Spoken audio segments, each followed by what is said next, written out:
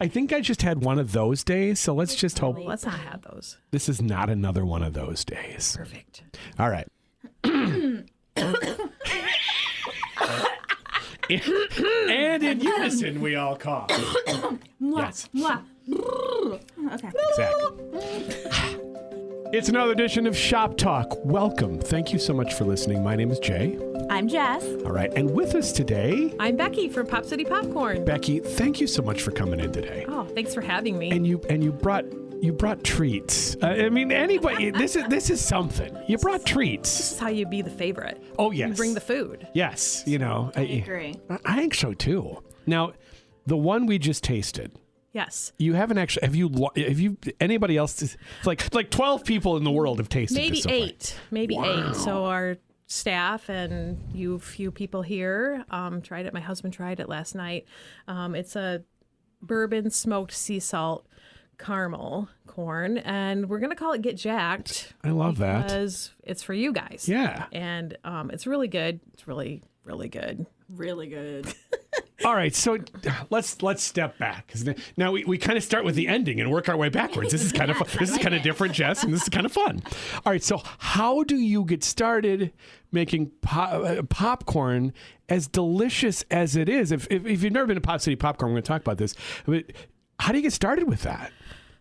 Well, I look at popcorn as a vehicle for a lot of different flavors, and I want to try to do things that no one else is doing, but is appealing Right. to a lot of people. So we have lots and lots of different flavors, and when Jennifer from here approached us about a custom flavor for you guys, I was like, Monterey Jack, Monterey Jack. No, not what? Okay, whoa, wait a minute. What about bourbon? What about Get Jacked? And She came back and said bourbon, and I'm like, oh, yeah, I love her. yes. I truly love her. Yeah, and so She knows me. This is a new thing for us. We love to do custom flavors for people. Like, I love a challenge. We have a KVCC culinary arts graduate. We have a chef that works in the kitchen. Really? With me. Yeah, we work together developing flavors. She does most of the labor, but we talk about things and put things together, and we're that level. So So extra. So fancy. I know. fancy. So were you always? I mean, was this the passion growing up? What was it? I mean, what was this going to be? You thinking? Okay, so this is how it started. Yeah. We actually have another business that, a jam business, and we make jams and jellies and sell it at the farmer's market. People wanted that for their restaurants. People wanted to resell it. We could not do that from our home kitchen. Okay.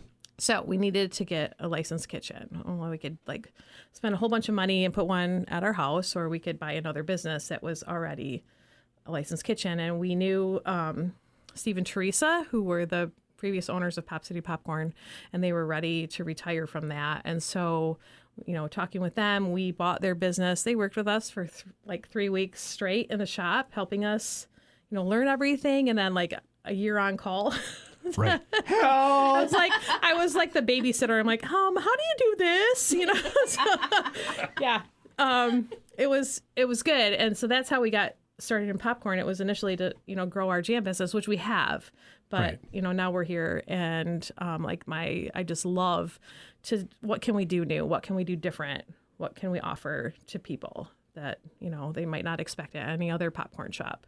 So if somebody has never been in, which I can't figure out how that would happen, but if someone has never been in, I mean, what do you expect when you? I mean, most people just expect popcorn. There's more. Right. There's so much more. And the first thing you hear is, it smells so good in here. Yes. I think I've said that when I've walked probably in. It's like, we're wow. popping almost every day, and creating our wonderful creations, I guess to call them. But they come in, and we have savory popcorn, sweet popcorn, very premium gourmet signature flavors, and sour popcorn. We offer a lot of locally produced other items. So we have quiches from Bakewell Quiche Company. We have cookies from 13 Cookies. We also have Sherry's chocolates in the shop because that gives people options when they want to build a basket for somebody else. It just gives us options. And so there's lots and lots. We have your basic cheddars, your caramels, but we also have things like jalapeno cheddar and buffalo cheddar. We make a spicy caramel corn. We make a new spicy mustard snack mix. Ooh. And we use the local spicy mustard for that. It's a Carolina Reaper mustard that we've first we tried to add it to the cheese, and that was just, it was too wet. So we have a friend that has a freeze dryer, freeze dried that mustard. We add it to the cheese sauce, and then we add a bunch of Gardettos to the popcorn, and it's so good. Isn't that amazing? Like, if there was someone that embodied community over competition, No kidding. this would be her. Yeah. This is that person. That's unbelievable. How do you come up with so how do you come up with the flavors? I mean, is it just I'm in the shower and, hey, you know what we should try? Sometimes it is.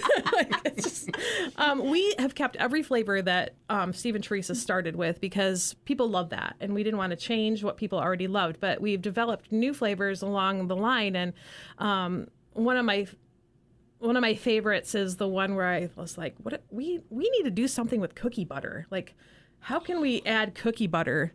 You know, what can we do?" And then I was like really thinking about like my youth and windmill cookies. And so we take the caramel corn and we crush a bunch of those Steenstra from Grand Rapids windmill cookies with the popcorn. And then we coat it with cookie butter and white chocolate. We call that Dutch Crunch.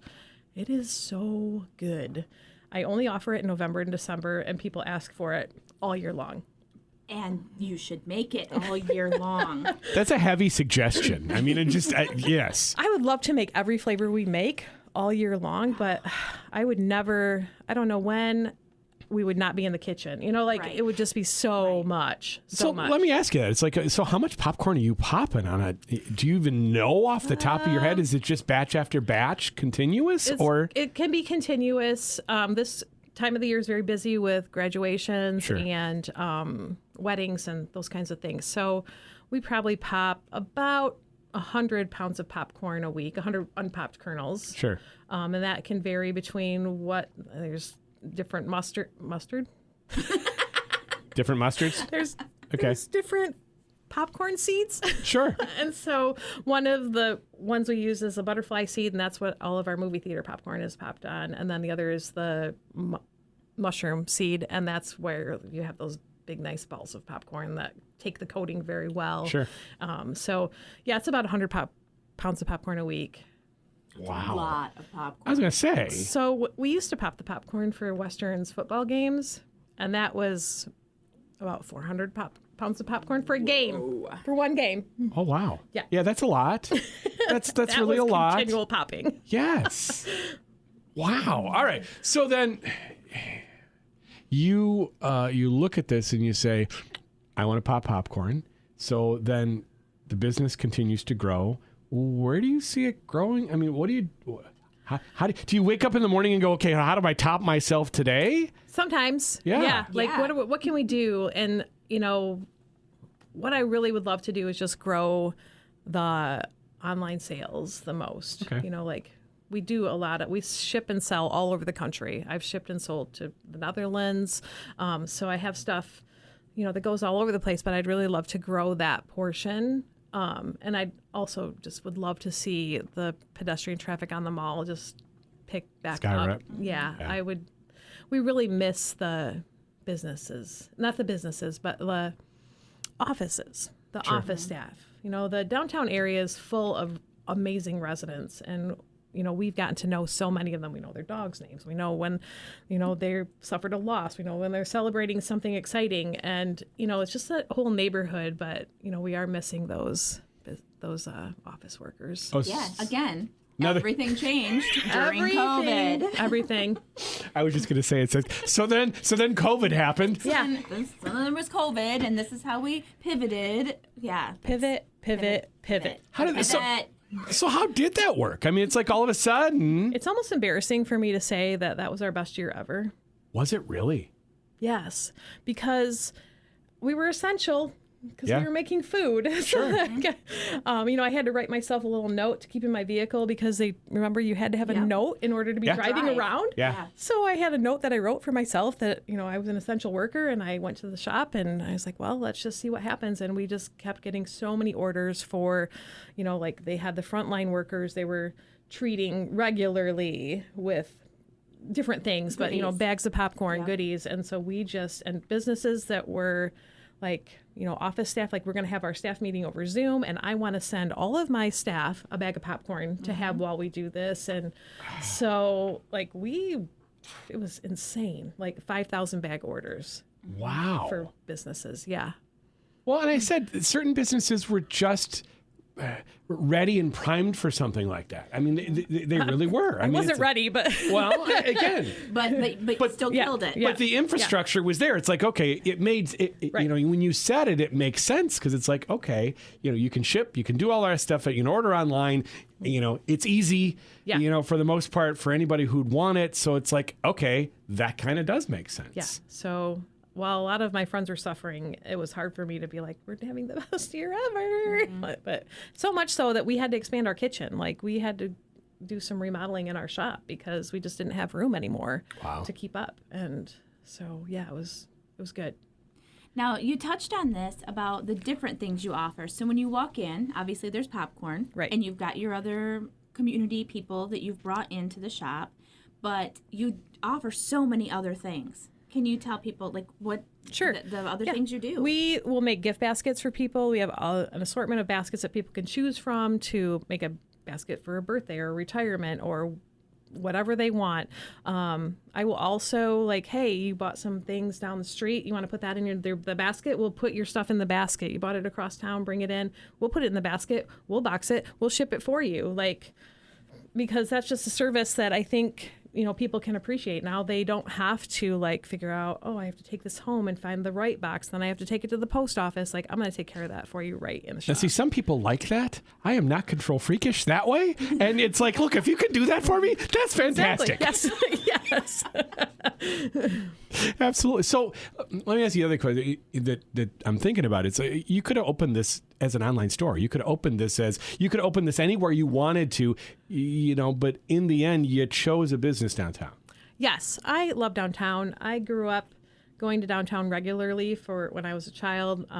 I had a doctor downtown, so my mom would take me to the doctor's office. We'd come to the mall. I'd play on the play structures. I'd stop at Mall Nights Bakery and get a clown cookie. And, it was just a whole sense of community, though. She'd sit on a bench next to some lady she'd never met before, and they might have a conversation while I'm playing with all these other kids that, I've never met and probably will never see again. But It was just like such an amazing space. The mall was such an amazing space. I've always loved the mall, always shopped the mall. And, I just so happy to be on the mall. I love the mall. I love it. Well, you realize you're one of those destinations, right? I don't know if you realize that or not. It's like when people come down, when my family and I come down, there's a couple of places we have to go. Yours happens to be either the first one we're going to go to or the last one we're going to go to, but it's always one we're going to go to. Yes. We have so many people that even are just like, maybe they're from Kalamazoo and they moved away, but they came back. They're like, we had to come to the popcorn shop because we just, can't get popcorn like yours somewhere else. And you can't get Bronco mix anyplace else. Can't get Bronco mix anywhere else. Let's just be honest. And Right. It's like, I don't know what you do to that, but that for me is like handfuls in my mouth. That is very popular, yes. And we just do a lot of things you can't get somewhere else. A lot of things we do you can get somewhere else, but we like to think that we're doing it better. Mm-hmm. You're doing a fantastic job. Thank you. If nobody says this, we appreciate that. you really are, and it's like, and you're just one of those places in downtown where you go, it's something special. Yes. The biggest compliment is when I have a man that comes in every Saturday for his special, like he gets white cheddar and caramel put together. It is amazing. I'm not sure why we don't have it on the shelf this way yet, but the biggest compliment is when he's like, his kids are in town, he brings his kids in, or he's, someone says, oh, my neighbor gave me this popcorn for Christmas and I just had to come and get some more. Like, that's the biggest compliment to me when someone has shared our product with someone else and then they're so led to come and try more. And eat. I do too. And eat more. And it's like, oh yeah, well, why not? Why wouldn't you? I mean, Can you come on. ever have enough popcorn? No No. is the answer. No, the answer is no. No. Unequivocally, absolutely no. So Well, we've got plenty.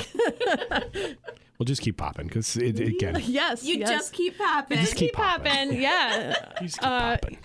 Sometimes my ideas are like to my detriment. Like we have, I think we started out with 2 flavors of the month for June, which was a root beer float and a strawberry lemonade. Like those are fun, like bevies, summer. And then all of a sudden I was like, what if we made a beer cheese with pretzels?